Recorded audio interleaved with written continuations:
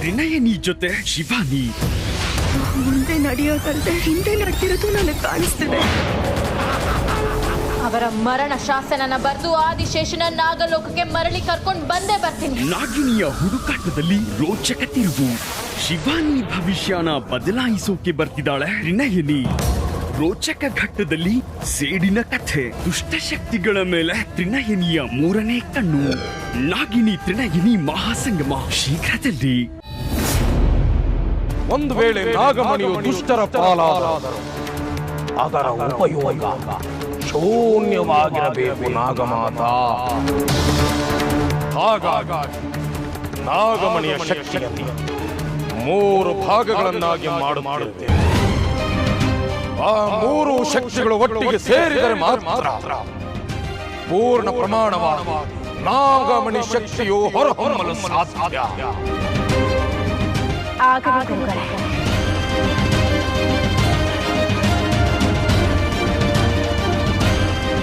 ನಾಗಮ ಸ್ವಲ್ಪ ಮುಂದೆ ಬಂದೆ ಅಪ್ಪಣೆ.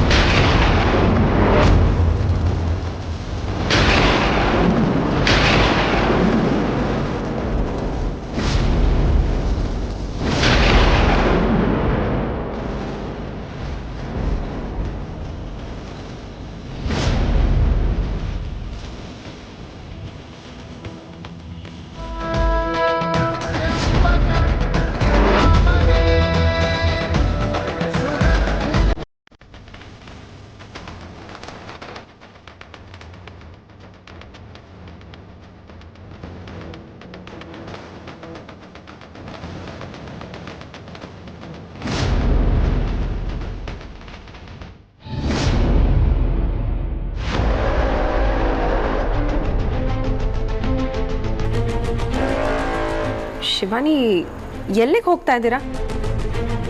ನನ್ನ ಕರ್ಕೊಂಡು ಹೋಗಿ. ಹೇಗಿದ್ರು ನಾನು ನಾಗ್ಲೋಗ್ತಾವಳಲ್ವಾ? ಅದು ನಿಜ. ಒಂದು ಲೋಕ ಅಂದಮೇಲೆ ಅದರಲ್ಲಿ ಕೆಟ್ಟದ್ದು ಇರುತ್ತೆ, ಒಳ್ಳೆಯದು ಇರುತ್ತೆ. ಈಗ ಗಂಗಾ ನದಿ ಪವಿತ್ರವಾದ ನದಿ.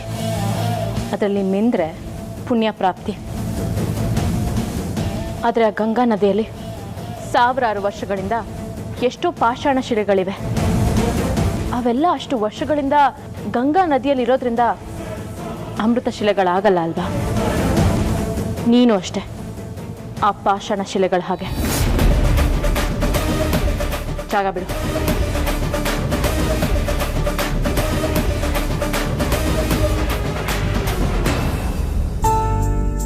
ಸರಿ, ನಾನು ಹೋಗಿ ಬರ್ತೀನಿ.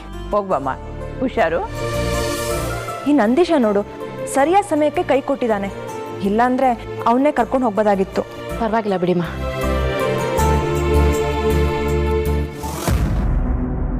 ಗೋವಿಂದ್ ಮಾವ, ಏನಮ್ಮ? ಒಂದು ಸ್ವಲ್ಪ ಬನ್ನಿ ಇಲ್ಲಿ. ಏನಮ್ಮ ಶಿವನೇ? ಅದು ನನಗೆಲ್ಲೇ ಹೋದರೂ ಆ ಮಾಯಾ ಹಿಂದೆನೇ ಬಂದು ಕಿರಿಕಿರಿ ಮಾಡ್ತಾಳೆ. ಏನಂದರೆ ಅವಳು ನನ್ನ ಜೊತೆ ಬಂದರೆ ಕೆಲಸ ಆಗೋದಿಲ್ಲ. ಯಾಕಂದರೆ ಅವಳದು ನಿಮ್ಮ ಥರ ಅದೃಷ್ಟದ ಮುಖ ಅಲ್ಲ. ಹೀಗೆ ನನ್ನ ಜೊತೆ ಬರ್ಬೇಕಾ? ಇಲ್ಲ, ನೀವೇನು ಬರೋದು ಬೇಕಾಗಿಲ್ಲ. ಅವಳು ಬರ್ತಿರೋ ಹಾಗೆ ತಡೀರಿ ಸಾ. ನೀನು ಅದೃಷ್ಟದ ಮುಖ ಅಂದಿಯಲ್ಲ, ಅಷ್ಟು ಸಾಕು. ನೀನು ಹೋಗು. ಅವಳಿಗೆ ಮನೆ ಹೊಸಲು ದಾಟಬಾರ್ದು, ಹಂಗೆ ನಾನು ನೋಡ್ಕೊತೀನಿ. ಬರ್ತೀನಿ.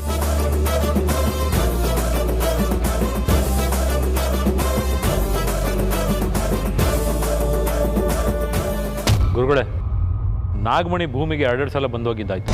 ಒಂದ್ಸಲಿ ನಿಮ್ಮಿಂದ ಕಳೆದೋಯ್ತು, ಒಂದ್ಸಲಿ ನನ್ನಿಂದ ಕಳೆದೋಯ್ತು. ಈಗ ನಾಗಮಣಿ ಎಲ್ಲಿದೆ ಅಂತ ಗೊತ್ತಿದೆ ಗುರುಗಳೇ? ಗೊತ್ತಾಗ್ಬೇಕು ನಂದೀಶ, ಗೊತ್ತಾಗ್ಬೇಕು. ನನ್ನ ಉಸಿರು ಉಳ್ಕೊಂಡಿರೋದೆ ನಾಗಮಣಿಗಾಗಿ. ಅಂದಮೇಲೆ ಅದು ಎಲ್ಲಿದೆ ಅಂತ ಕಂಡು ಹಿಡಿಯುವುದೇ ನನ್ನ ಮುಂದಿನ ಕೆಲಸ. ಓಂ ಗರುಡ ದೇವಾಯ ನಮಃ, ಪಕ್ಷಿರಾಜಾಯ ನಮಃ, ವಿಹಂಗರಾಜಾಯ ನಮಃ.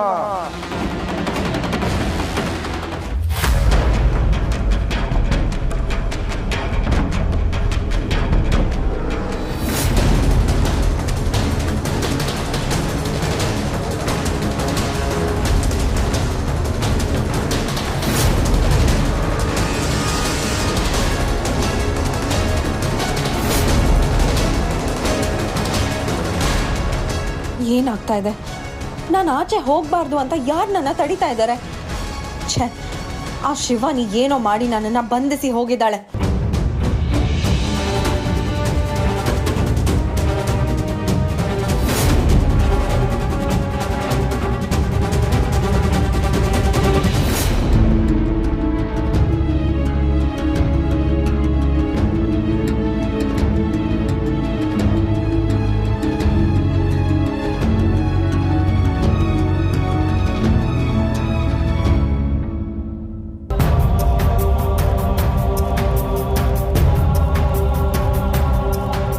ಪರಮೇಶ್ವರ ನಮೋ ನಮಃ.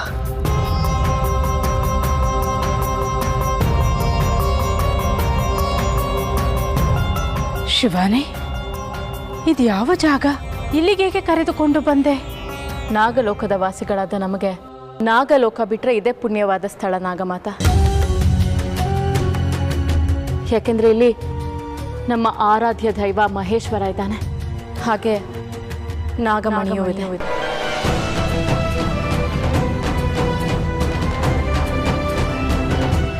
ನಾಗಮಣಿಯೇ ಇಲ್ಲೇ? 25 ಸಂವತ್ಸರಗಳಿಂದ ಕಾಣೆಯಾದ ನಾಗಮಣಿ ಇಲ್ಲಿದೆಯಾ? ಎಲ್ಲಿರುವುದು ಶಿವಾನಿ? ನಾಗಮಣಿ ಎಲ್ಲಿರುವುದು? ಪರಮೇಶ್ವರನ ಪಾದದಡಿ ಭದ್ರವಾಗಿದೆ ನಾಗಮಣಿ.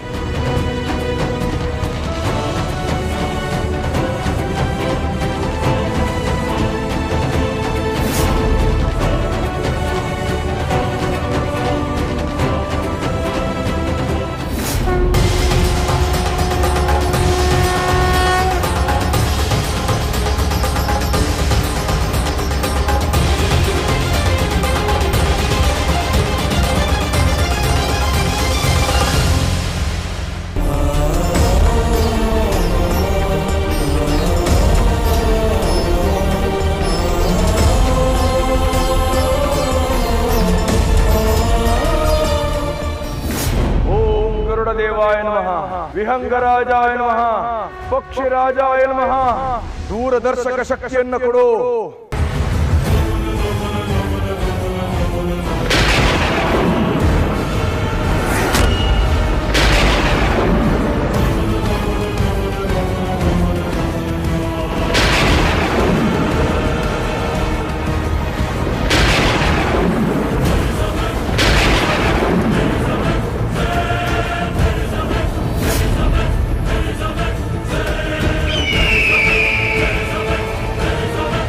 ಪೂಜಾ ಫಲ ದಕ್ಕಿತು. ನಾಗಮಣಿ ಎಲ್ಲಿದೆ ಅಂತ ತಿಳಿತು. ಹೌದಾ? ನಿಜನಾ ಗುರುಗಳೇ? ನಿಜ ಹೇಳ್ತಾ ಇದ್ದೀರಾ?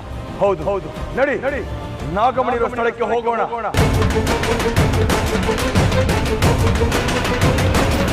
ನಾಗಮಣಿಯನ್ನು ಈಗಲೇ ತರುವೆ. ನಿಲ್ಲು ಶಿವಾನಿ. ಅಲ್ಲ ನಾಗಮಾತ, ನಾಗಮಣಿ ಹೇಳುವುದನ್ನು ಕೇಳು.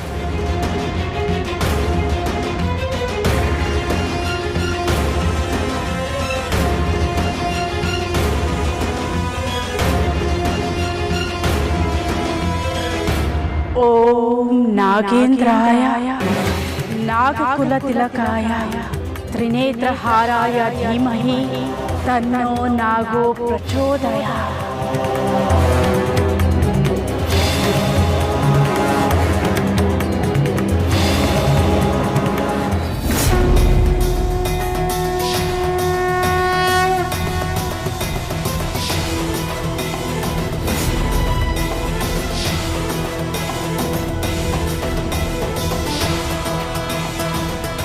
ಶಿವಾನಿ, ದುಷ್ಟ ದುರುಳರ ಪಾಲಾದ ಕಾರಣಕ್ಕೆ ನಾಗಮಣಿ ಸಾತ್ವಿಕ ಶಕ್ತಿಯನ್ನು ಕಳೆದುಕೊಂಡಿತ್ತು.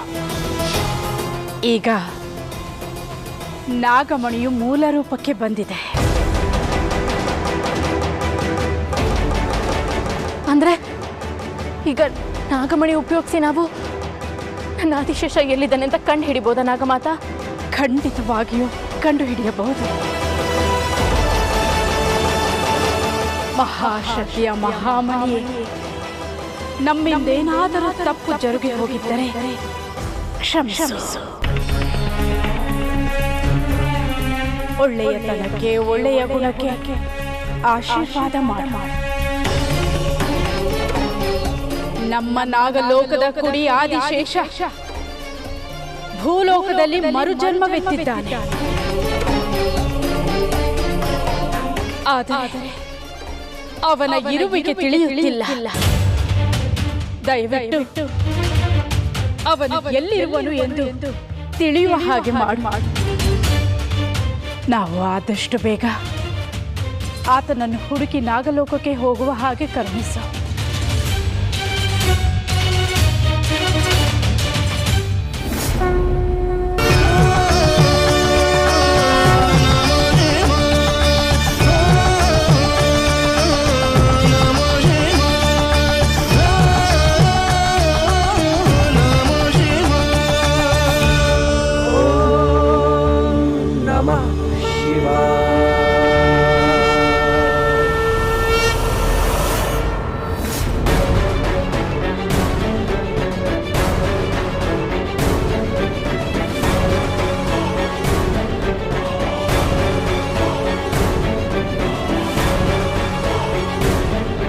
ಶಿವಾನಿ, ಇದೇನಿದು? ಏಕೆ ಹೀಗಾಯಿತು? ಅವತ್ತು ಅಷ್ಟೇ ನಾಗಮಾತ, ನಾಗಮಣಿ ಶಕ್ತಿ ಉಪಯೋಗಿಸಿ ಆದಿಶೇಷ ಎಲ್ಲಿದ್ದಾನೆ ಅಂತ ತಿಳ್ಕೊಳ್ಳೋ ಪ್ರಯತ್ನ ಮಾಡಿದಾಗ ಮೇಲೆದ್ದಿದ್ದ ನಾಗಮಣಿ ಹೀಗೆ ನಿಶ್ಚಲವಾಯಿತು. ನಾಗಮಣಿ ಕೇವಲ ನಿಮ್ಮ ಶಕ್ತಿಯಿಂದ ಮಾತ್ರ ತೇಜಸ್ಸು ಪಡೆದುಕೊಳ್ಳಲ್ಲ, ಅದಕ್ಕೆ ಇನ್ನೊಂದು ಶಕ್ತಿ ಇದೆ, ಅದೇ ಜೀವಾತ್ಮ. ಜೀವಾತ್ಮ?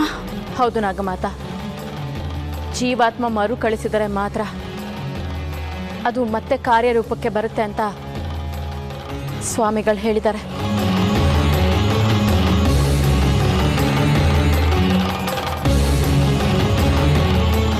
ನಾನು ಈ ಸುಮಂಗಲಿ ವ್ರತ ಮಾಡ್ತಿರೋದೆ ಆ ಕಾರಣಕ್ಕೆ. ಆ ವ್ರತ ಸಫಲ ಆಗಬೇಕು ಅಂದರೆ ಆಚಾರ್ಯನ ಮಗಳಿಗೆ ಮದುವೆ ಮಾಡಿಸ್ಬೇಕು ಅಂತಲೂ ಹೇಳಿದ್ದಾರೆ. ಅದಕ್ಕೆ ನಾನು ಈ ರೀತಿ ನಡ್ಕೋತಿರೋದು, ಇಷ್ಟೆಲ್ಲ ಪ್ರಯತ್ನ ಮಾಡ್ತಿರೋದು. ಆದರೆ ನೀವು ಇವತ್ತು ಕರೆದಾಗ ಮತ್ತೆ ಎಲ್ಲ ಸರಿ ಹೋಗುತ್ತೆ ಅನ್ನೋ ನಂಬಿಕೆ ಬಂತು, ಅದಕ್ಕೆ ಬಂದೆ. ಆದರೆ ಮತ್ತೆ ಎಲ್ಲ ಹಾಗೆ ಆಯಿತು. ಈ ವಿಷಯ ನಮ್ಮ ನಾಗಲೋಕದಲ್ಲಿ ಕೆಲವರಿಗಷ್ಟೇ ಗೊತ್ತಿರುವ ಸತ್ಯ. ಈಗ ನಿನ್ನ ಬಾಯಿಂದ ಅದನ್ನು ಕೇಳುತ್ತಿರುವುದು ನನಗೆ ಆಶ್ಚರ್ಯವೆನಿಸುತ್ತಿದೆ. ಈ ಸತ್ಯವನ್ನು ನಿನಗೆ ತಿಳಿಸಿದ ಆ ಸ್ವಾಮಿಗಳು ಯಾರು? ನಾನು ಅವರನ್ನು ನೋಡಬೇಕು, ಅವರ ಜೊತೆ ಮಾತನಾಡಬೇಕು. ಖಂಡಿತ ನಾಗಮಾತ, ಬನ್ನಿ ಹೋಗೋಣ. ಪರಮೇಶ್ವರ ಆಶೀರ್ವದಿಸು.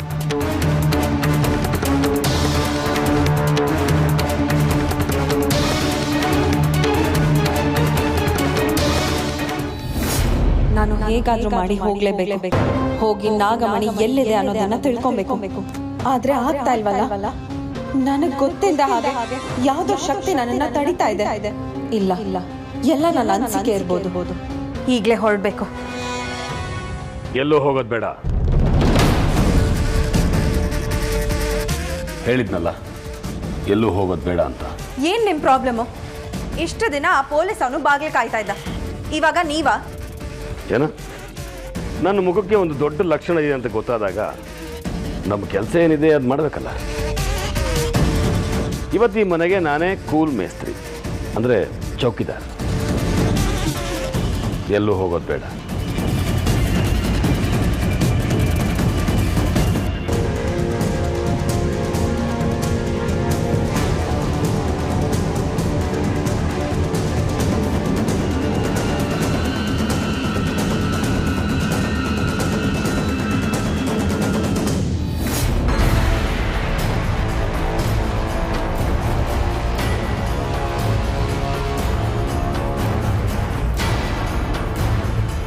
ಏನಾಯ್ತು ಮಾಯಾ ಮೇಡಮ್? ಎಲ್ಲಿಗೋ ಹೋಗ್ತೀನಿ ಅಂತ ಹೊರಟೋರು ಏನೋ ಕರೆಂಟ್ ಹೊಡೆದೋ ಥರ ಅಲ್ಲೇ ನಿಂತ್ಕೊಂಡ್ಬಿಟ್ರಿ. ಏನಾಗ್ತಾ ಇದೆ? ನಾನು ಆಚೆ ಹೋಗ್ಬಾರ್ದು ಅಂತ ಯಾರು ನನ್ನ ತಡಿತಾ ಇದ್ದಾರೆ? ಯಾರನ್ನು ನೋಡಬೇಕು ಅಂತ ಹೊರಟ್ರಿ? ಯಾರನ್ನು ನೋಡಬೇಕು? ನಾನು ಯಾರನ್ನು ನೋಡಕ್ ಹೋಗ್ತಾ ಇಲ್ಲ, ನಾನು ಇಲ್ಲೇ ಇರ್ತೀನಿ. ಈ ಭಯ ಇರಬೇಕು. ನನ್ನ ಹೆಂಡತಿ ಕೂಡ ನನ್ನ ಎದುರಿಸ್ತಾ ಇದ್ದು, ಇವಳು ಭಯ ಪಡ್ತಿದ್ದಾಳೆ. ನನ್ನ ಹತ್ರ ವೀರ ಅನ್ನಿಸ್ತಾ ಇದೆ. ಸ್ವಾಮಿಗಳೇ, ಸ್ವಾಮಿಗಳೇ, ಸ್ವಾಮಿಗಳೇ, ಸ್ವಾಮಿಗಳೇ, ಸ್ವಾಮಿಗಳೇ, ಎಲ್ಲಿದ್ದೀರಾ ಸ್ವಾಮಿಗಳೇ?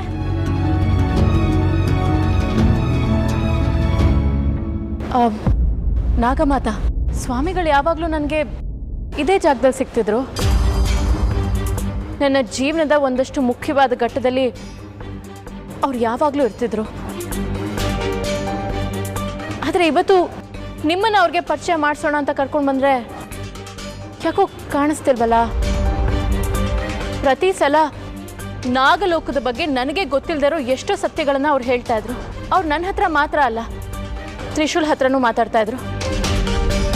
ನಾಗಮಾತಾ, ನಾಗಲೋಕದ ಬಗ್ಗೆ ಅವರಷ್ಟು ಸ್ಪಷ್ಟವಾಗಿ ಹೇಳೋರನ್ನ ನಾನು ಎಲ್ಲೂ ನೋಡಿಲ್ಲ.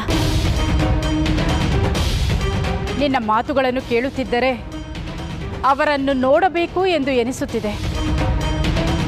ನಮ್ಮ ನಾಗಲೋಕದ ರಹಸ್ಯಗಳು ನಮ್ಮ ಲೋಕದವರನ್ನು ಬಿಟ್ಟರೆ ಬೇರೆಯವರಿಗೆ ತಿಳಿದಿರುವ ಸಾಧ್ಯತೆ ಇಲ್ಲ. ಹಾಗಿದ್ದು ಅವರಿಗೆ ಎಲ್ಲ ತಿಳಿದಿದೆ ಅಂದರೆ ಅವರು ಯಾರಿರಬಹುದು? ಯಾವ ದೇವರ ಪ್ರೇರಣೆಯಾಗಿರಬಹುದು ಅವರಿಗೆ? ನೀವು ಅವ್ರನ್ನ ನೋಡಿದಿದ್ರೆ ನಿಮ್ಮ ದಿವ್ಯ ದೃಷ್ಟಿಯಿಂದ ಎಲ್ಲ ಗೊತ್ತಾಗ್ತಿತ್ತು ನಾಗಮಾತಾ. ಆದರೆ ಅವರಿಲ್ಲಿಲ್ವಲ್ಲ? ಅವರನ್ನು ನೋಡುವ ಘಳಿಗೆ ಇನ್ನೂ ಬಂದಿಲ್ಲ ಎನಿಸುತ್ತಿದೆ ಶಿವಾನಿ. ಆ ಮಹಾಜ್ಞಾನಿಯನ್ನು ನೋಡುವ ಭಾಗ್ಯ ನನಗಿಲ್ಲ. ಶಿವಾನಿ, ನೀನು ಪೂಜೆಯನ್ನು ವಿಳಂಬ ಮಾಡಬೇಡ. ಆ ಮಾನವ ಕನ್ಯೆಗೆ ವಿವಾಹ ಮಾಡಿಸುವುದು ಒಂದೇ ಈಗ ನಿನಗಿರುವ ಸದ್ಯದ ಗುರಿ. ಮೊದಲು ಅದನ್ನು ಮಾಡಿಸು, ಆಗ ಆದಿಶೇಷ ಮುಂದೆ ಬರುವನು. ನಾಗಮಣಿಗೆ ಜೀವಾತ್ಮ ಸೇರುವುದು, ಆಗ ಎಲ್ಲವೂ ಸುಖಾಂತ್ಯವಾಗುವುದು. ಎಲ್ಲ ಸುಖಾಂತ್ಯ ಆಗಬೇಕು ಅಂದರೆ ಒಂದು ಮುಖ್ಯವಾದ ವಿಷಯ ಇದೆ ನಾಗಮಾತಾ. ಏನದು? ನೀವು ಉಪವಾಸ ನಿಲ್ಲಿಸಿ ಆಹಾರ ಸೇವಿಸುವುದು. ನೀವು ನನಗೆ ಮಾತು ಕೊಟ್ಟಿದ್ದೀರಾ, ನೀವು ಆಹಾರ ಸೇವಿಸಲೇಬೇಕು. ನಾಗಮಣಿ ಎಲ್ಲಿದೆ ಎಂದು ಗೊತ್ತಾಯಿತು. ಇನ್ನು ಅದರ ಮೂಲಕ ನನ್ನ ಕಂದ ಎಲ್ಲಿರುವನು ಎಂದು ತಿಳಿಯುವುದು. ಉಪವಾಸ ನಿಲ್ಲಿಸುವೆ, ಆಹಾರ ಸೇವಿಸುವೆ. ಸರಿ, ಒಂದು ನಿಮಿಷ ನೀವಿಲ್ಲೇ ಕೂತಿರಿ, ನಾನು ಹಣ್ಣೇನಾದರೂ ತೊಗೊಂಡು ಬರ್ತೀನಿ.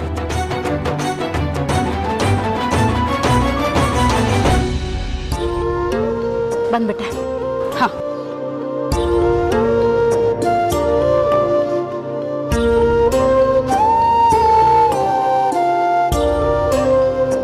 ನಾಗಮಾತಾ,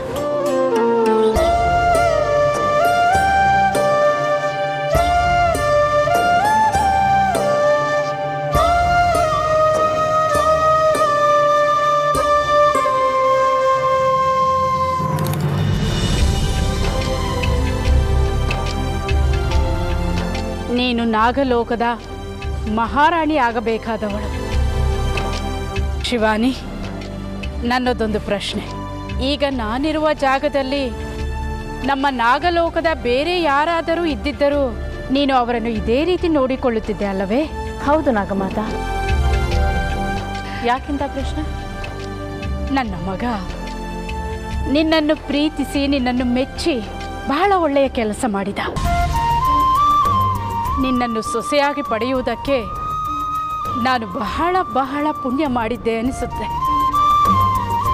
ಇಡೀ ನಾಗಸಂಕುಲ ನಿನ್ನನ್ನು ಮಹಾರಾಣಿಯಾಗಿ ಪಡೆಯುವುದಕ್ಕೆ ಪುಣ್ಯ ಮಾಡಿದೆ ಅನಿಸುತ್ತಿದೆ. ರಾಕ್ಷಸರಿಗೆ ಅದ್ಯಾವುದೋ ಶಾಪದ ಫಲದಿಂದ ತುಂಬ ಕೆಟ್ಟ ಬುದ್ಧಿ ಇರುತ್ತಂತೆ. ಆದರೆ ಅವ್ರ ಜೀವನದಲ್ಲಿ ಒಬ್ಬ ಒಳ್ಳೆ ಪುಣ್ಯಾತ್ಮ ಬಂದಾದ್ಮೇಲೆ ಅವರು ರಾಕ್ಷಸತ್ವನೆಲ್ಲ ಕಳ್ಕೊಂಡು ಒಳ್ಳೆಯವರಾಗಿ ಬದಲಾಗ್ತಾರಂತೆ.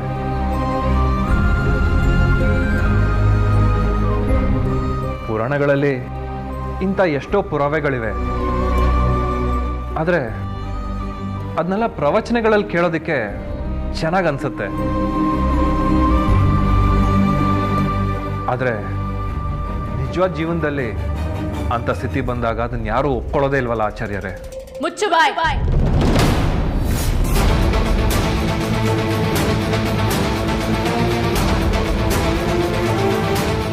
ಮತ್ತೆ ಯಾಕೆ ಬಂದಿದ್ಯಾ ಅಲ್ಲಿಗೆ? ಬಣ್ಣದ ಮಾತಾಡಿ ಆಚಾರ್ಯರ ಮನಸ್ಸನ್ನ ಕೆಡ್ಸಕ್ ಬಂದಿದ್ಯಾ? ಮಯೂರಿನ ಮದ್ವೆ ಆಗ್ಬೋದು ಅನ್ಕೊಂಡಿದ್ಯಾ?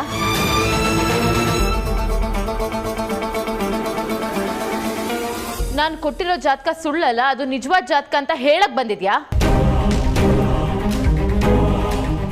ಇಲ್ಲಮ್ಮ, ಅಭಯ್ ಸರ್ ಬಂದರು, ಅವ್ರ ಜೊತೆ ಅವರು ಬಂದಿದ್ದಾರೆ. ನೀವು ಬಂದಿದ್ದು ಒಳ್ಳೇದಾಯಿತು. ಇನ್ನೊಂದು ಒಳ್ಳೆ ಜಾತಕ ಸಿಕ್ಕಿದೆ ಅಂತ ಅಭಯ್ ಸರ್ ಹೇಳ್ತಾ ಇದ್ರು. ನಾನು ಅಂಥದ್ದೇ ಒಂದು ಜಾತಕ ತಗೊಂಡು ಬಂದಿದ್ದೀನಿ. ಇವನು ನೋಡಿದ ತಕ್ಷಣ ಹಿಂಸೆ ಆಗ್ತದೆ ನನಗೆ. ತಗೊಳ್ಳಿ ನೋಡಿ. ಅಲ್ಲಮ್ಮ, ಮೊದಲಿಂದ ಜಾತಕಗಳೇ ಸಿಗ್ತಿರ್ಲಿಲ್ಲ. ಕೋಟಿಗೆ ಒಂದು ಜಾತಕ ಅಂತ ಹೇಳ್ತಾ ಇದ್ದೆ.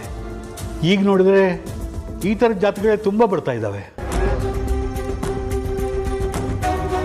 ಆದರೆ ಈಗ ನೋಡಿ, ಒಂದರಿಂದ ಒಂದು ಅಂತ ಜಾತಕ ಸಿಗ್ತಾನೆ ಇದ್ದಾವೆ. ನೀವು ಒಂದ್ಸತಿ ನೋಡಿ ಆಚಾರ್ಯರೇ. ಸರಿಮ್ಮ.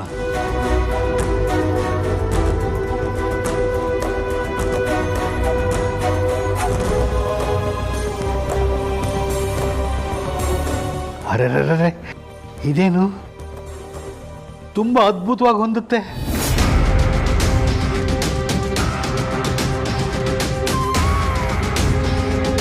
ಇದಕ್ಕೂ ಮೊದಲು ನೋಡಿದ ಜಾತಕಗಳೆಲ್ಲ ಎಲ್ಲೋ ಒಂಚೂರು ನನ್ನ ಮನಸ್ಸಿಗೆ ಸರಿ ಇಲ್ಲ ಅಂತ ಅನ್ಸೋದು.